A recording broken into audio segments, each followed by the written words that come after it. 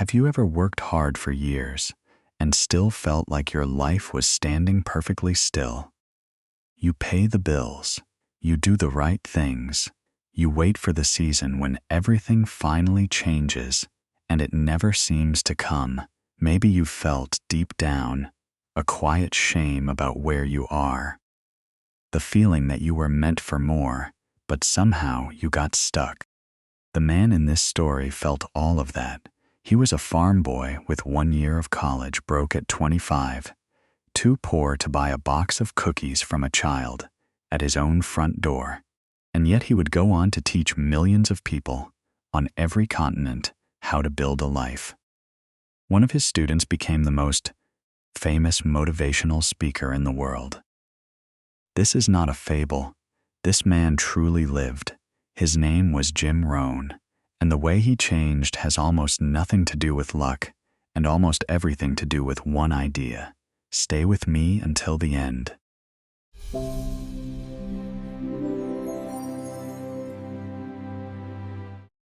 He was born on the 17th of September in the year 1930 in Yakima in the state of Washington. The world he arrived in was a hard one. It was the beginning of the Great Depression, a long stretch of years when work disappeared and money grew terribly scarce. His full name was Emmanuel James Rohn, but everyone simply called him Jim. He was an only child, no brothers, no sisters. His parents owned a small farm in Idaho, in a town called Caldwell, and there, among the fields, young Jim grew up. He learned the rhythm of the land. He learned that you cannot argue with the soil, and you cannot rush it. You plant in the spring. You tend all summer, even when nothing seems to be happening above the ground, and only in the autumn do you gather what grew. Years later, this farm boy would build an entire philosophy on that single truth. He would teach about the seasons of life, that winters always come, that spring always follows, that you must take advantage of the spring, nourish and protect your crops in the summer, and reap without complaint in the fall. But he didn't know any of that yet. He was just a boy, watching his honest, hard-working parents pull a modest living out of the ground. From his mother and father, Jim absorbed two things that would matter for the rest of his life. The first was the value of work. The second was the value of character, being honest, being reliable, keeping your word. These were not lessons from a book. They were simply how his family lived. Jim was a bright young man, full of energy and big dreams. He wanted more than the small farm could offer, and so, after high school, he went to college. But he stayed for only 1 year. He believed he had learned enough. He believed he was ready. He believed the world was waiting for him, and that success would simply come. And here is the quiet flaw that would shape the next painful years of his life. Like so many of us, young Jim believed that life would get better on its own. He thought the world owed him a harvest he had not yet learned how to grow. He left school. He stepped out into the real world, certain and hopeful. And the world, in its patient way, prepared to teach him the hardest lesson he would ever learn. By his early 20s, Jim had done everything a responsible young man was supposed to do. He had finished his schooling. He had found a steady job. He had married young and was trying to provide for a family. He worked. He showed up. He did what he was told. And still, it was never enough. The bills arrived faster than the money. The end of every month was a small, quiet panic. He was not lazy. He was not careless, seemed to get ahead. He ran and stayed in exactly the same place.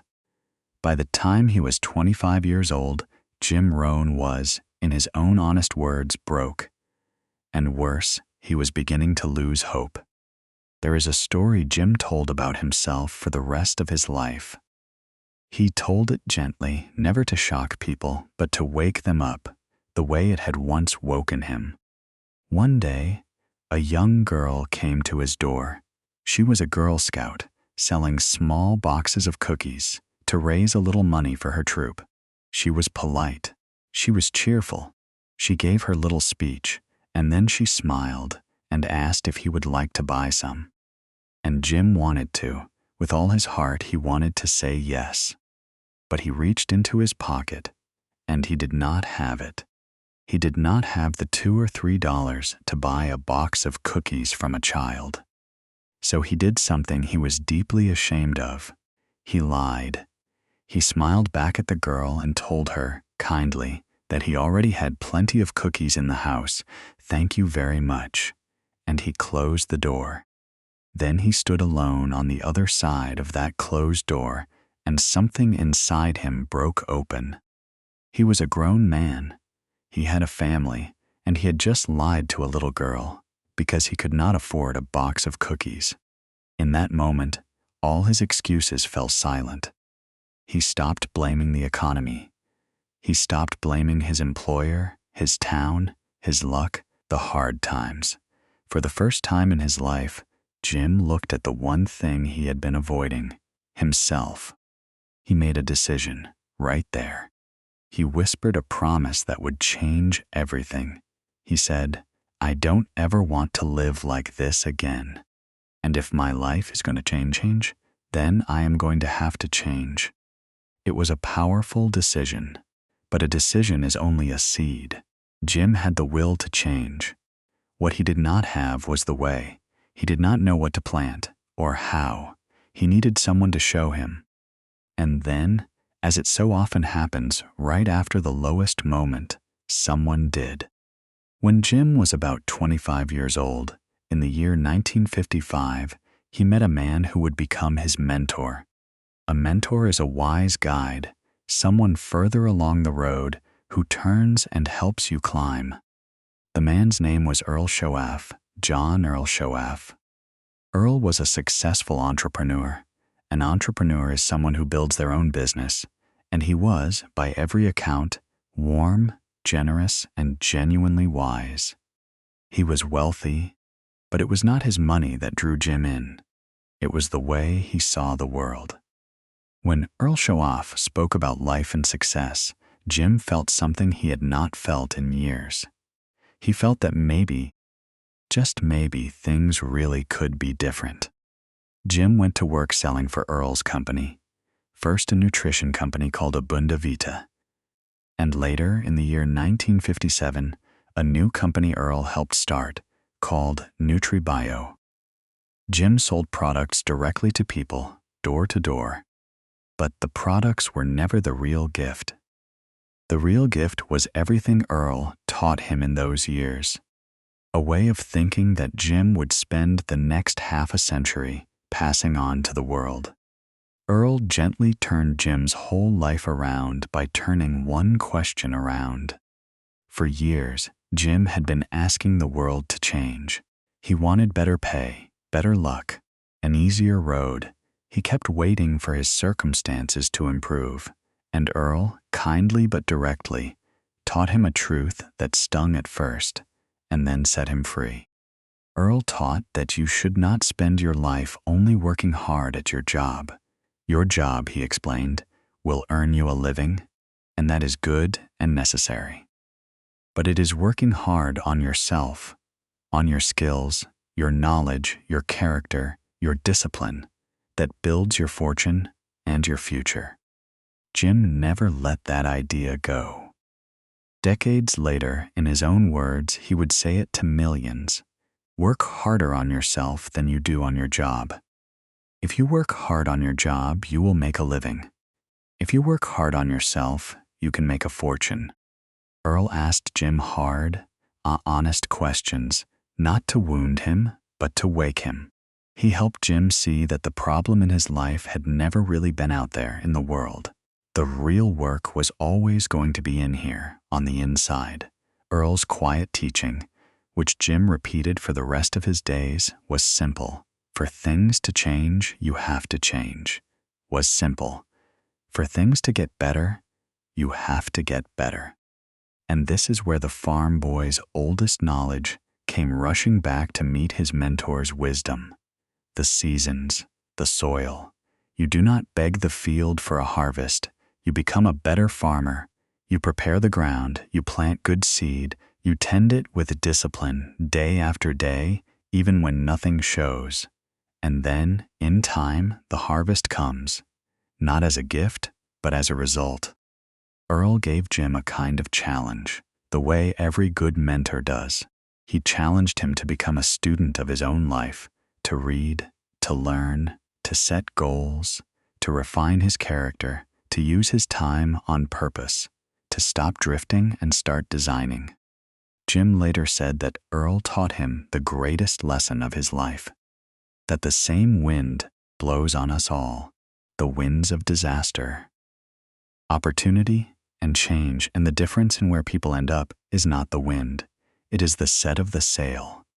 It is what each person chooses to do. Slowly, quietly, Jim began to change. He read more, he listened more. He paid attention to his words, his habits, his choices, his friendships. He stopped waiting for a better life and started becoming the kind of person a better life could happen to. And the results, the harvest, began at last to come. But the climb ahead would be steeper and the fall harder than Jim could possibly imagine. The change in Jim Rohn was real, and it moved faster than anyone expected. Over the next several years, applying everything Earl had taught him, working on himself, setting goals, mastering the simple disciplines of selling and leading, Jim built genuine success. By the time he was about 31 years old, the broke young man who could not buy a box of cookies had become a millionaire. Think about how far that is. From a closed door and a quiet shame to a fortune. And he had not won a lottery. He had not stumbled onto luck. He had become a different person, and the different person produced a different result. It would be a lovely place to end the story, but Jim's life, like every real life, was not a straight line upward. Because Jim had learned how to earn money much faster than he had learned how to keep it. The company he had risen with, NutriBio, eventually ran into trouble and went out of business. And Jim made some poor choices with what he had built. He trusted the wrong things. Money slipped through his fingers. And so, not many years after he first became wealthy, Jim Rohn found himself in deep financial trouble all over again. Imagine the weight of that, to climb all the way to the top of the mountain, to hold the proof that you truly could do it, and then to slide back down. For many people, that second fall is the end of the story. It is where they finally agree with their old fear and decide that success was never really meant for them. But Jim was no longer that man. He had learned something on the farm, and far more from Earl that he could never unlearn. He understood now that the real fortune had never actually been the money. The real fortune was who he had become. The skills, the discipline, the philosophy, those could not go bankrupt. Those were still his. He also carried a quieter lesson that would echo through all his future teaching. We must all suffer one of two pains, the pain of discipline or the pain of regret. And the pain of discipline weighs ounces, while the pain of regret weighs tons. Jim chose, again, the lighter weight. He chose discipline. And there was a loss in these years far heavier than money. His mentor, Earl Shoaff, died in the year 1965, still a relatively young man.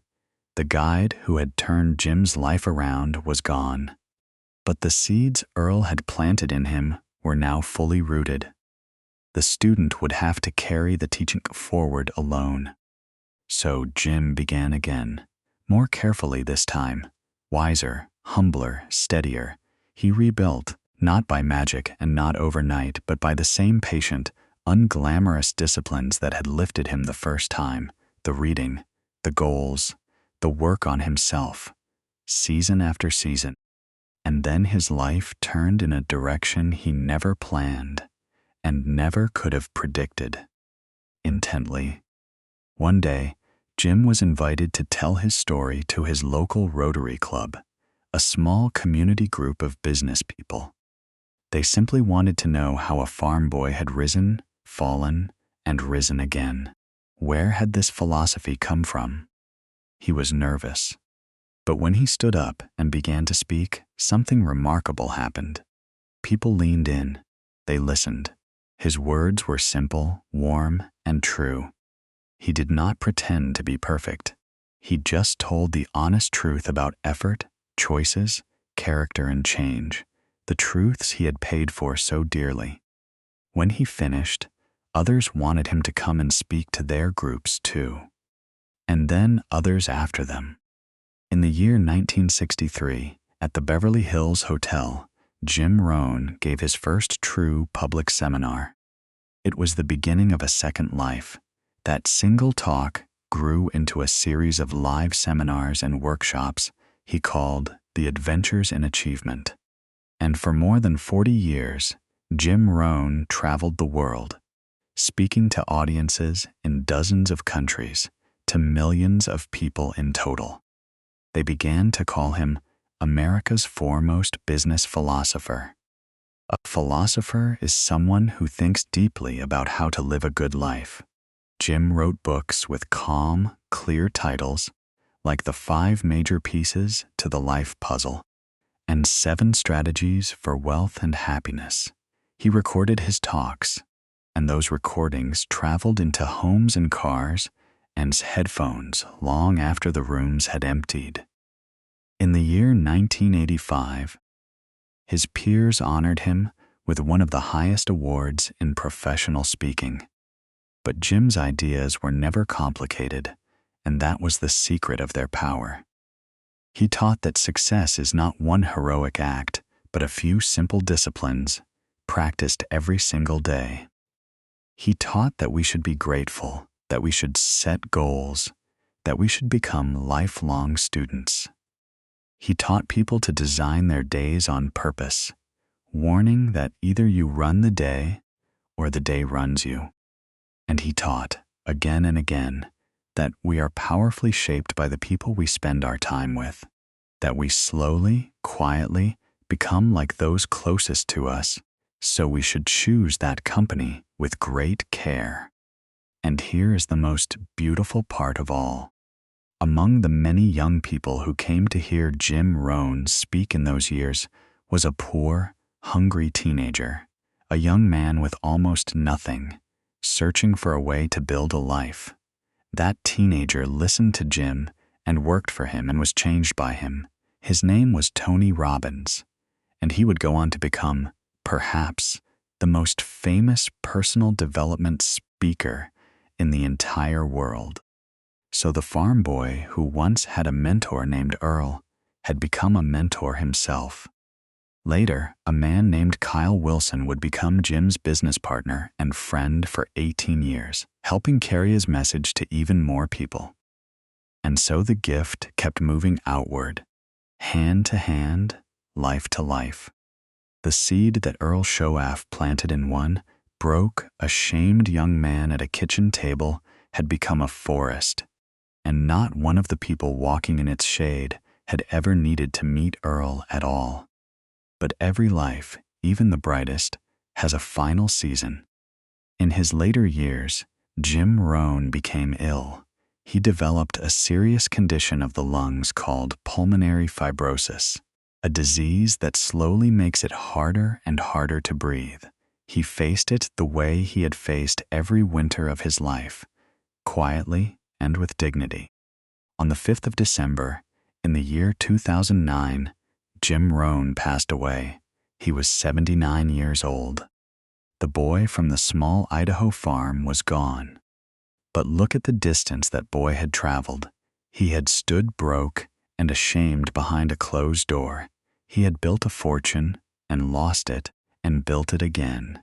He had stood on stages on the far side of the world. and he had given millions of people the belief that their own lives could change, because his own life had changed so completely and so honestly. He did not leave behind a great building or a famous invention or a vast empire. He left behind something quieter and, in the end, stronger ideas.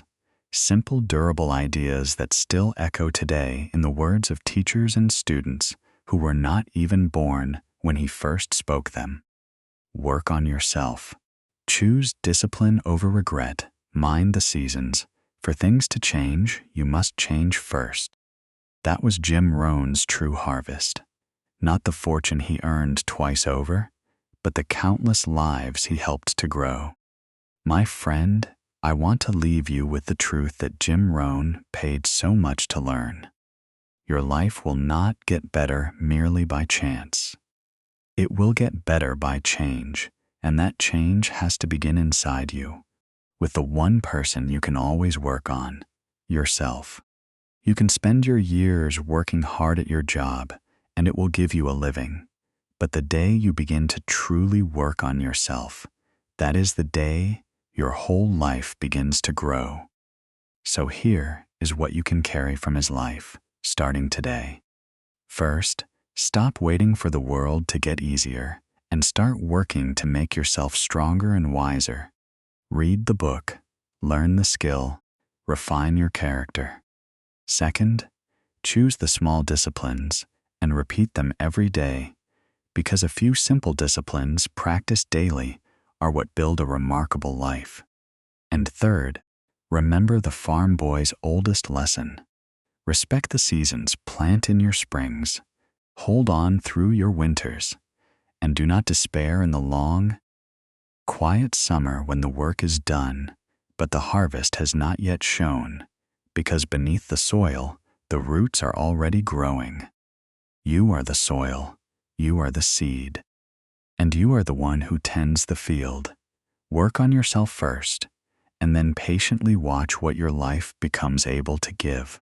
If this story moved you, share it with someone who has been waiting too long for things to change. And subscribe to this channel for more stories like this one. Until next time, keep working on yourself, mind your seasons, and keep growing.